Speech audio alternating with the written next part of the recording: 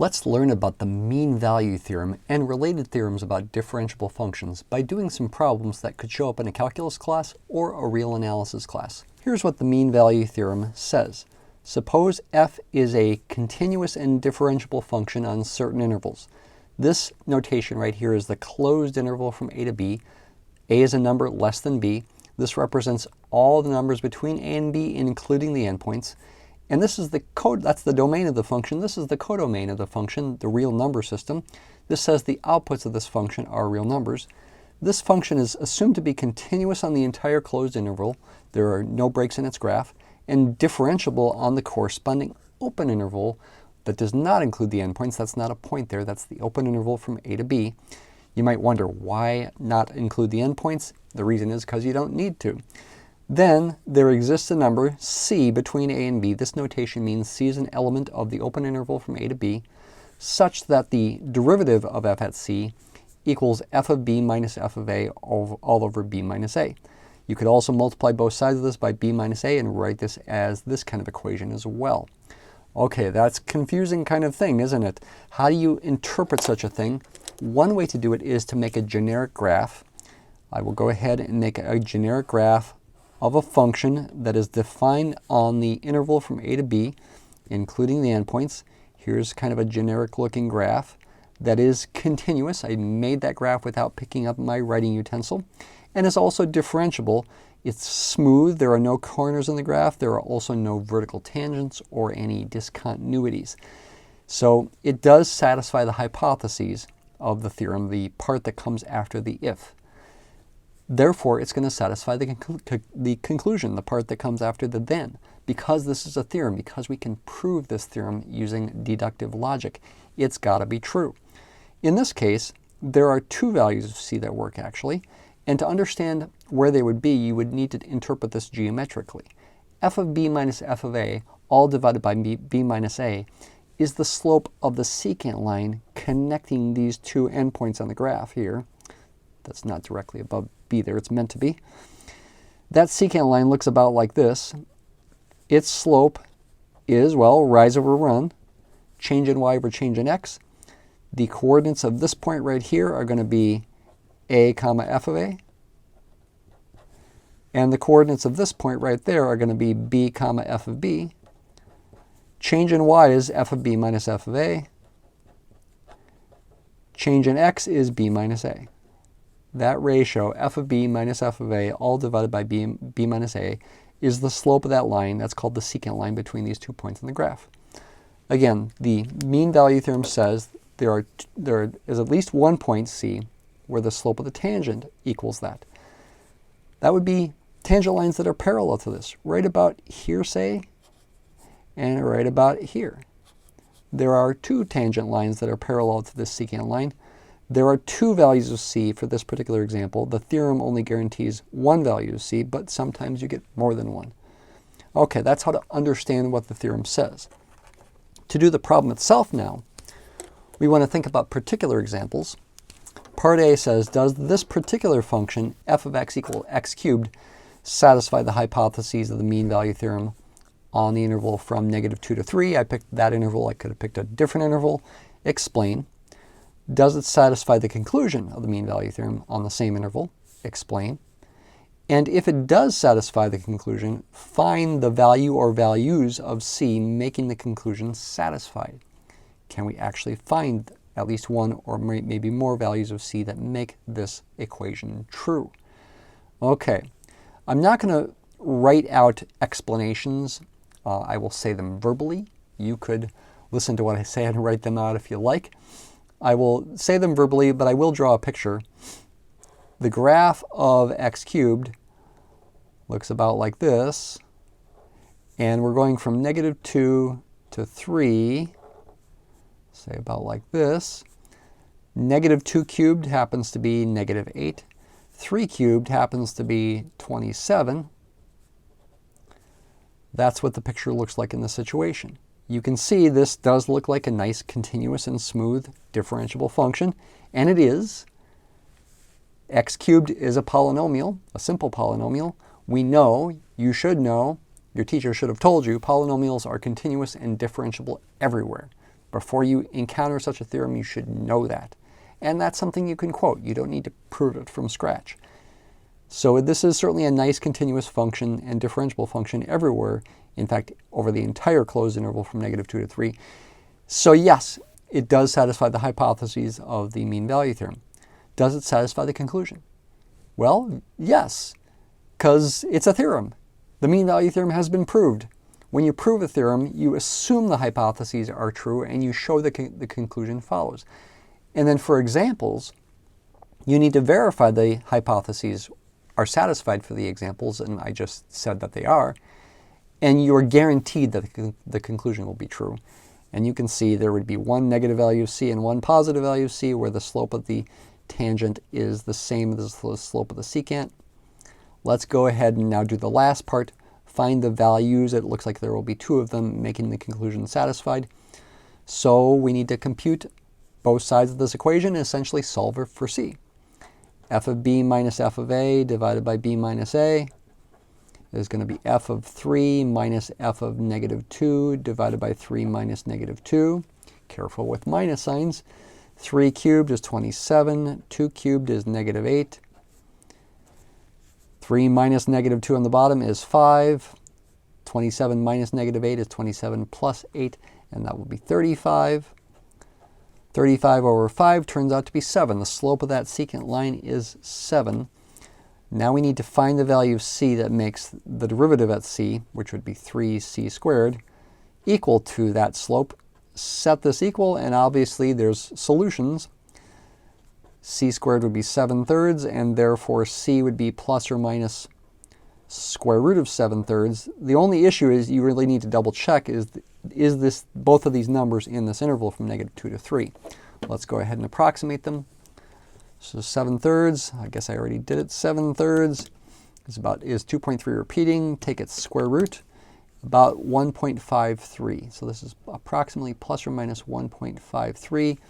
And yes, both of those numbers are between -2 and 3. There are, in fact, two values of c that work.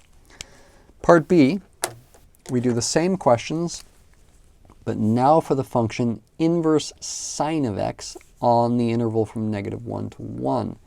By the way, I also could have used the symbol arcsine of x. It's the same exact function. This one I purposely picked because this function is continuous on this interval, but it's actually differentiable only on the corresponding open interval, not at the endpoints. Why? Well, if you happen to know the graph of the inverse sine function, it's the reflection of the piece of the sine graph that goes from -π/2 to +π/2. Its domain goes from -1 to 1. You could think of the codomain as being the real numbers, but if you want it to be an onto function, you would consider it to be -π/2 to +π/2. π/2 there, and -π/2 down here. And the graph of inverse sine looks about like this. It's an odd function, having origin symmetry. And it's actually not differentiable at the endpoints, even though it looks like it might be, because what happens is the tangent line approaches having an infinite slope. And I mean, if you know the derivative of inverse sine, it's 1 over square root of 1 minus x squared, which is undefined when x is plus or minus 1. That's not enough to prove lack of differentiability, but it does fail to be differentiable at the endpoints. Because you need to think about the limit definition of the derivative from scratch, is what I was hinting at there as far as not proving lack of differentiability. There's the secant line. It doesn't matter that it's not differentiable at the endpoints. It is continuous at the endpoints. The hypotheses of the mean value theorem are still satisfied because you only need differentiability on the open interval. That's enough to prove the conclusion, and therefore it's enough to know the conclusion is true for this example. This point here is 1 comma π/2. This point here is -1 comma -π/2. The mean value theorem would apply. The hypotheses are satisfied. Therefore, the conclusion is also satisfied. And it looks like there are two values of c that are going to work again, where the tangent line has the same slope as the secant line. F of b minus f of a divided by b minus a, in this case, is going to be π/2 minus -π/2 over 1 minus -1.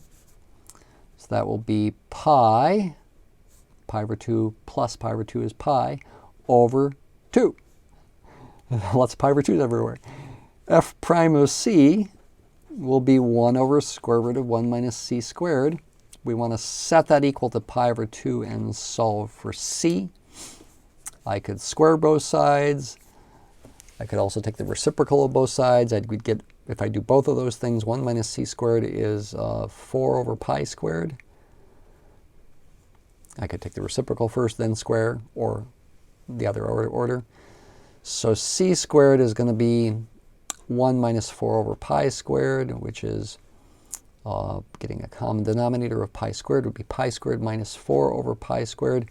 So c is plus or minus the square root of both sides there, plus or minus the square root of pi squared minus 4 over pi. Are those two numbers between -1 and 1? They should be. Pi squared, pi squared is that minus 4, take the square root, and then divide by pi.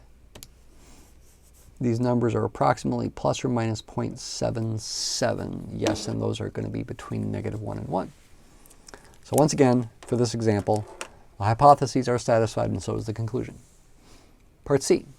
Do the same questions for f of x equals the absolute value of x on the interval from -1 to 1. That one, on an interval that contains 0 in the interior, not an endpoint, fails both the hypotheses and the conclusion. The absolute value function has a graph that looks like a V. It's got a corner in it. And so any interval, a to b, where a is negative and b is positive, I picked -1 to 1, the function is going to fail to be differentiable on the interval, on the open interval from -1 to 1. Therefore, it fails the hypotheses. It does not satisfy them. Does it satisfy the conclusion? Well, you might jump to saying, well, if it doesn't satisfy the hypotheses, then it can't satisfy the conclusion. But that would be wrong logic, actually. If the hypotheses of a theorem are satisfied, the conclusion is guaranteed to be satisfied. But if the hypotheses of a theorem are not satisfied, the conclusion could still be satisfied, is what I was trying to say there. There's no guarantee one way or the other. With this particular example, the conclusion is not satisfied. The secant line would be horizontal, slope of 0. There is no point where the tangent line is horizontal. It's not the origin because it's not differentiable there. It never gets locally linear. As you zoom in near the origin, it always looks like a V. It always has a sharp corner. The derivative is not 0 there. It does not exist. So the conclusion doesn't happen to be satisfied. I picked the interval from -1 to 1. I could have picked a different interval. As long as a is negative and b is positive, the conclusion would not be satisfied. And if a and b were both positive, or if a and b were both negative, the hypotheses and the conclusion would be satisfied. Trivially so, in a sense. It's amazing. We failed the hypotheses at just one point. But that was enough. And it turns out the conclusion is not satisfied. However, for contrast, in D, we do something a little different here. Something different happens. F of x is x to the 1/3 power, which also is the cube root of x. And the interval is from -1 to 8. Turns out for this one, the hypotheses are not satisfied, but the conclusion actually is satisfied, amazingly. But why are the hypotheses not satisfied? Hopefully you learned this. The graph of the cube root function is the reflection of the x cubed across the line y equals x and looks about like this. It's continuous everywhere and differentiable almost everywhere except at 0. Now you might say it's smooth, but it's got a vertical tangent at the origin. The slope of the tangent line, there is a tangent line, but it's got an infinite slope, and so it does fail to be differentiable there, technically speaking. Here are the points in question, though. -1 to 8. The secant line looks like this. And in spite of the fact that this function fails the hypotheses of the mean value theorem, the conclusion of the mean value theorem is satisfied. There are points where the tangent line is parallel to the secant line, and perhaps two of them. Let's see. I think there's 2 of them. Let's go ahead and see if we can solve for them. So we can still do the part about solving for that 1 or more values of C that make the conclusion satisfied, even though the hypotheses are not satisfied. The conclusion is satisfied, but not because of the mean value theorem. It just happens to be satisfied in this example. So f of b minus f of a over b minus a is f of 8 minus f of negative 1. And you can see from the picture that's going to be cube root of 8 is 2. Cube root of negative 1 is negative 1. Over 8 minus negative 1. So we get, looks like 3/9, which is 1/3. F prime of c is 1/3 c to the negative 2/3. Or if you prefer, 1 over 3 times c to the positive 2/3. I want to set this equal to 1/3 and see if I can solve for c, and I can. Take the reciprocal of both sides, also cancel the 3's. I can say c to the 2/3 is plus or minus 1 if I've not made a mistake, and that means c itself is plus or minus 1. Let's see, yes, and that will give, okay, there's no problem with the squaring there to get a positive derivative value of positive 1/3 there. Those are the 2 values of c that work. Although I just realized one of them technically is not in the open interval from negative 1 to 8. Technically speaking, only the one at plus 1 satisfies the conclusion of the mean value theorem. I should not have circled that. At negative 1, at the left endpoint, it happens to be the case, I guess. It's not clear from my picture that the tangent line has the same slope as that secant line. But the one that satisfies the conclusion of the mean value theorem is when c is positive 1. Number 2 is a lot quicker.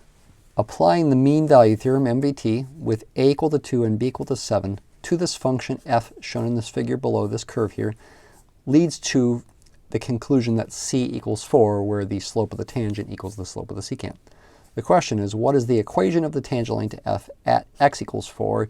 Don't be confused by the fact that we're using c equals 4 there and x equals 4 there. It doesn't matter. Just using the letter c to emphasize that's the c that comes from the mean value theorem, but it is also an x value, so it's not a big deal. All right, so what do we need for the equation of a line? We need the slope and we need a point. Well, you can see the line there. That's the tangent line. We got a point. What's the slope? We're told that this line, that value is c equals 4 right there, is the value c that leads to the conclusion of the mean value theorem being true, where f prime of c equals the slope of the secant line. So we need that slope. That slope is f of 7 minus f of 2 divided by 7 minus 2. You can see f of 7 is 9. You can see f of 2 is 5. So we get 9 minus 5 over 5. 4 over 5 is 4/5, or 0.8 if you prefer. And that's the slope of the secant line, and therefore that's the slope of this tangent line as well, because again, this c comes from the conclusion of the mean value theorem. So f prime of c also equals 4/5. And therefore, the equation of this tangent line in point-slope form would be focused on this point here, 4, 8. Y minus 8 equals 4/5 times x minus 4. You can also solve for y to get it in slope-intercept form. Let's distribute the 4/5 through the parentheses like this. And then let's add 8 to both sides. Therefore, y equals 4/5 x. 8 is the same as 40 over 5. 40 over 5 minus 16 over 5 would be plus 24 over 5. Or if you prefer in decimal form, that would be 0.8x plus 4.8. Okay? So there's the equation of the tangent line in point-slope form, and here's the equation of the tangent line in slope-intercept form. The rest of the problems in this video are going to be proofs, but you could see these proofs in a calculus course. I did see these in my book that I used for calculus. Use the mean value theorem to prove something called the increasing function theorem. So this is another theorem you could state about differentiable functions. If f, again, has a domain that's the closed interval from a to b, and a codomain that's the real numbers, so the outputs are real numbers. Same hypotheses as the mean value theorem initially, continuous on the closed interval and differentiable on the open interval. But we add an extra hypothesis, and if f prime of x is positive for all x in the open interval from a to b, The conclusion is then f is what's called a strictly increasing function on the entire closed interval from a to b. Strictly increasing, what does that mean? Well, intuitively it means the graph is going up. As x moves to the right, as x gets bigger, the function outputs are getting bigger and bigger. How in the world do you prove such a thing other than just saying, well, look at the picture? We need to use the mean value theorem. That's one hint. But then the question is, how? Okay, this is not easy. Okay, you need to realize what to do. And if you don't know what to do, you'd have to do a lot of experimenting to realize what to do. It's a lot of hard thinking. What you want to do to prove that a function is increasing is start with, give me two arbitrary numbers in the interval that I'm thinking about here. Let x1 and x2 be arbitrary numbers in this closed interval where, say, x1 is less than x2. Okay, I could call them a and b, but a and b are already being used here. Where WLOG is a standard abbreviation in math. That means without loss of generality, x1 is less than x2. Why can I say x1 is less than x2? Couldn't x2 be less than x1? Well, yes, but they're arbitrary symbols anyway, so it doesn't really matter to make this assumption. So without loss of generality, that's true. What do we want to do? It's not a bad idea in such a proof is to say something like this. We must show something. Well, what would we want to show? We're trying to show f is strictly increasing on this closed interval. The word strictly means it's not constant for a while, and it's not even, it's not constant for a while. It is always increasing, you might say. What does that mean? Again, I showed you graphically what it means. Draw a generic picture over here.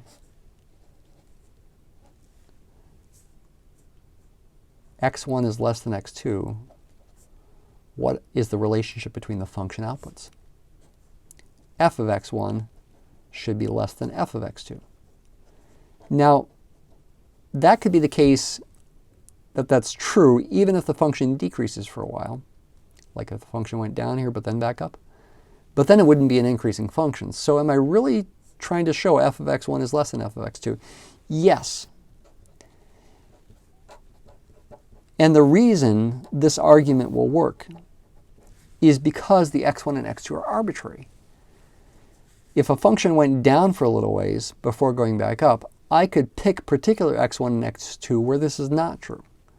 So it's the fact that x1 and x2 are arbitrary numbers in the interval from a to b, where we assume x1 is less than x2, that allows us to say we can get away with just proving this. But that still begs the question, how do you do that? Well, okay, maybe use the hint. Use the mean value theorem. How? What does the mean value theorem say? It does apply to this situation. Function is continuous and differentiable as needed for the mean value theorem, so we can say the conclusion holds. There's a number c between a and b, so that f prime of c equals f of b minus f of a all over b minus a. But how are we going to relate that to x1 and x2?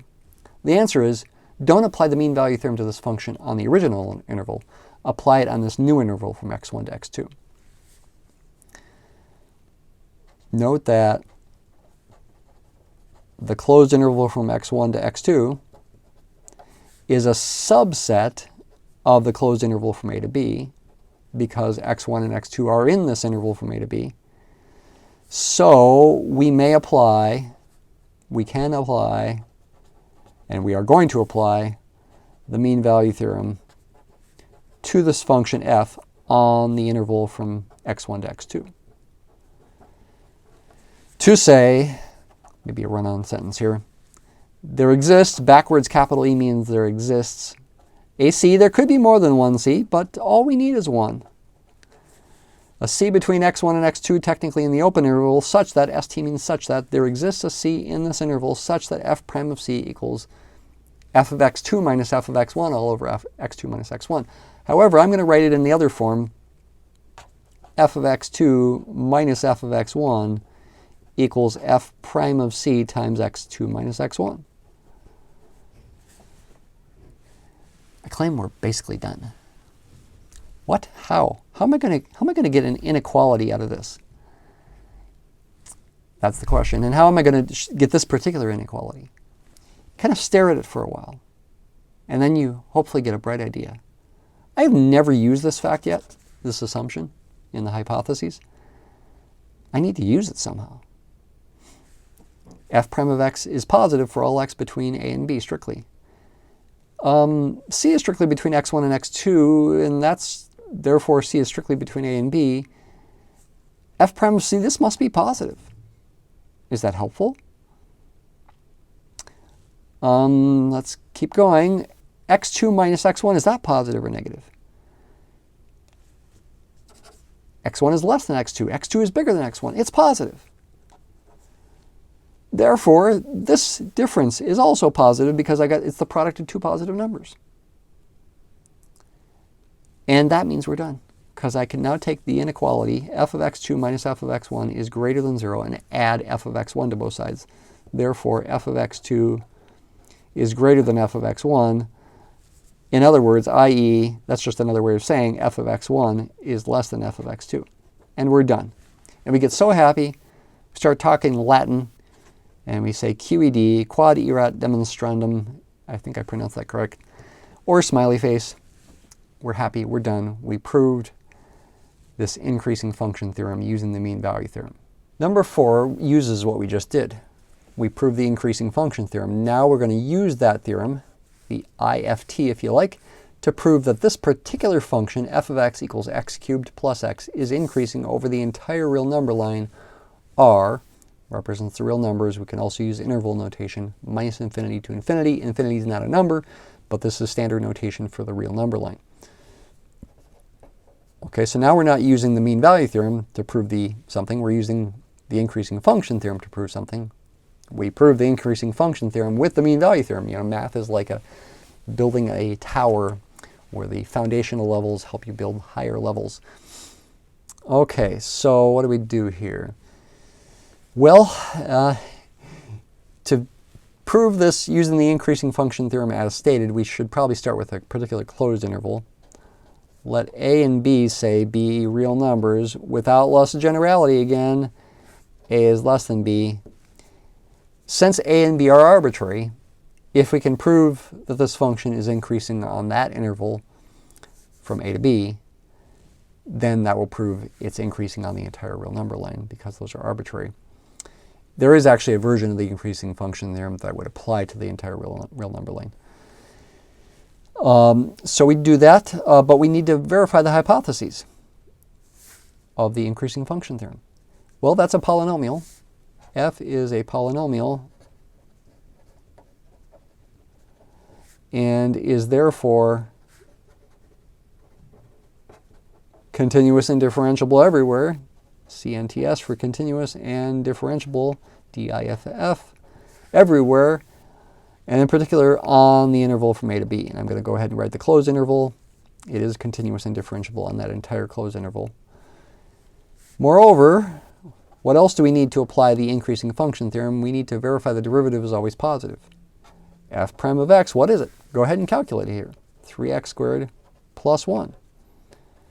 And that's certainly positive for all x in the closed interval from a to b. We're not dealing with complex numbers, no imaginary numbers here. 1's positive, 3x squared is going to be positive, the sum of two positive numbers is positive.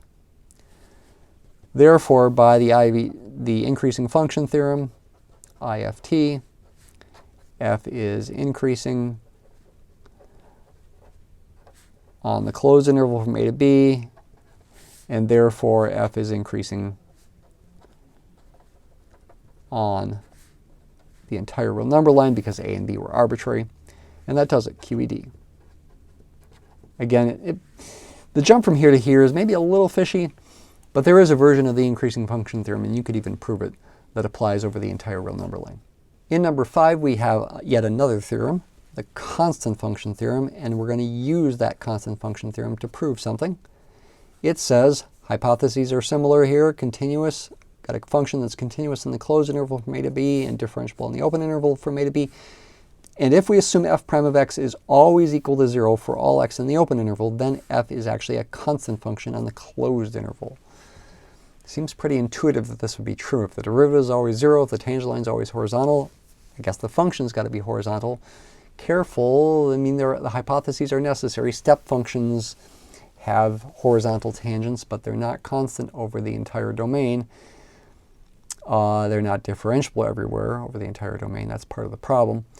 Proving this is actually harder than you might expect. You can use the mean value theorem to prove it, but it's harder than you would expect. We're not going to prove it. We're going to use it. We're going to prove something else. If f prime of x equals f of x for all x in the real numbers, then in fact f of x must be this kind of exponential function for some constant c. F of x must be c times e to the x for some constant c. Background here, what we really have is a differential equation. A diffie-q. More typically, you'd write it in Leibniz notation, like dy dx equals y. You're saying you're looking for a function of x whose derivative is always equal to the function itself. That's the function notation for this differential equation. It could also be written as y prime equals y.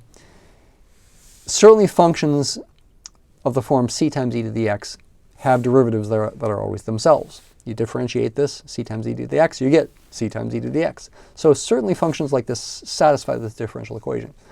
That's not the point of this problem. The point of this problem is to show that any function that satisfies this differential equation must be of this form. And that justifies calling this kind of function its general solution. Anyway, how are we going to use the constant function theorem here to do this proof? Doesn't look like we're trying to conclude a function is constant. So how in the world could we use this constant function theorem? Well, there is a constant in the function. Do a little scratch work here. F of x, if we can, we're trying to show it's c e to the x. That would be equivalent to showing f of x divided by e to the x always equals c. And by the way, we're never dividing by 0 there. E to the x is always positive. So there's a constant. Maybe we need to show this function is constant. Yeah, that would be enough. Okay. So we're assuming f prime of x and f of x are equal for all x. That, without being stated, implies f itself is continuous and differentiable everywhere. Once again, we can say let a and b be given, real numbers, without luscious generality. A is less than b. F is going to be continuous and differentiable on the closed interval. F is continuous and differentiable on the closed interval. Writing the derivative there and say it equals the function for all x means it's certainly differentiable everywhere. And differentiable functions are also continuous. That's a theorem as well. So how are we going to do this? We're trying to show this function's constant. Maybe I should define that to be a new function. Let g of x be f of x divided by e to the x. Note that g is continuous and differentiable as well on this closed interval from a to b, since f is, and since we're never dividing by 0, e to the x is always positive for all x. And I guess I should also say e to the x as a function is continuous and differentiable everywhere as well. Therefore, we can differentiate this function for one thing, and we can apply the constant function theorem to it. Instead of saying therefore, let's say now. Now, g prime of x by the quotient rule is low d high minus high d low over the square of what's below. Maybe you learned it that way. There's the high function, there's the low function. Low is e to the x. D high means the derivative of the top, f prime of x, minus high, f of x. D low means the derivative of the bottom, that's e to the x. Over the square of what's below, e to the x quantity squared, which can also be written as e to the 2x if I want to multiply those exponents. But I can also factor out an e to the x and cancel it effectively with one of those. So this simplifies to f prime of x minus f of x divided by e to the x. That's what the derivative of g simplifies to. But wait a minute, what are we trying to do again? We're trying to show this function here is a constant. In other words, we're trying to show g of x is constant. To apply the constant function theorem, we need to show its derivative is always 0. Doesn't look like it's 0, does it? Maybe you haven't used everything yet. I have not yet used this fact, other than to say that f is continuous and differentiable and g is continuous and differentiable. But it's more than that. It's saying f prime of x always equals f of x for all x in the entire real number line. And that means this difference up top here is 0. So this derivative is always 0 for all x in this closed interval from a to b, and in fact all x on the entire real number line. Therefore, by the constant function theorem, CFT, g of x equals c for all x and some constant c. But g of x is, again, f of x divided by e to the x. Therefore, multiply both sides by e to the x. F of x equals c e to the x for all x in the closed interval from a to b. And again, since a and b are arbitrary, it would actually mean for all x and some constant c. Okay, so through a little trickery, you can finish the problem. The trickery is in figuring out what function we should apply the constant function theorem to. It's not completely made out of thin air, though. It's a problem-solving thing to realize this is what we need to do. In our last problem, we used something called the Racetrack Principle to prove a certain inequality is true. ln of x is less than or equal to x minus 1 for all x greater than or equal to 1. The Racetrack Principle statement is kind of complicated. You've got two functions, f and g, defined in the closed interval from a to b, having real number outputs that are continuous on the closed interval from a to b and differentiable on the open interval from a to b. And then two more hypotheses, f of a equals g of a, and f prime of x is less than or equal to g prime of x for all x in the open interval from a to b. The conclusion is then f of x is less than or equal to g of x for all x in the closed interval from a to b. Seems complicated. It's not quite as complicated as it seems. Let's draw a picture of the situation when we're thinking about these two particular functions, ln of x and x minus 1. The graph of ln of x looks about like this. Has a horizontal intercept at x equals 1. ln of 1 is 0. It's got a vertical asymptote at the y-axis. It does not have any horizontal asymptotes, but that's not what we're really thinking about here. And the graph of x minus 1 is a straight line with a slope of 1 and a y-intercept of negative 1. It looks about like this. We're trying to prove this inequality is true for all x greater than or equal to 1. It's actually also true when x is between 0 and 1 as well, but that's beyond what we're trying to prove. So what is the Racetrack Principle saying here? I guess if you think about the conclusion, we're trying to prove an inequality. I guess this must be the f of x and this must be the g of x. F of x is ln of x and g of x is x minus 1. Pretend x is like a time, t, I could have called it t, and pretend time 1 is the start of a race. Maybe it's a race between two horses or a race between two cars. These functions represent the position or distance traveled of those horses, say. And f of a equaling g of a, in this case f of 1 equaling g of 1, they're both 0, says the horses are starting at the same place at the same time. Time a is the starting time. This fact, if f and g represent distance traveled, and I guess I made a typo here, g of x is x minus 1. If f prime of x is always less than or equal to g prime of x, is saying that the speed, velocity of f is always less than or equal to the velocity of g. The conclusion is f is always behind g. If two cars or two horses start the race at the same place at the same time and one horse always runs faster than the other, then the slower horse is always behind. The faster horse is always ahead. That's why it's called the Racetrack Principle. Okay, so that's the background. Let's do the proof now. There's no closed interval here. I'm trying to show this is true for all x greater than or equal to 1. maybe I should let A be the left endpoint at least. Let A be 1, and B bigger than 1 be arbitrary. I'm trying to show this inequality on the interval from A to B then, and since B is arbitrary, that will also mean it's true no matter what x is greater than or equal to 1. Let f of x equal what you see in the picture, ln of x, and g of x equal x minus 1. We know these are nice functions when x, this is nice for all x, this is nice when x is positive. Certainly they're both nice, continuous, and differentiable when x is greater than or equal to 1.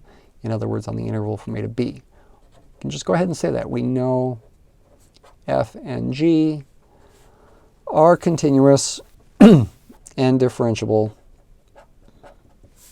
on the interval from A to B because B is bigger than 1.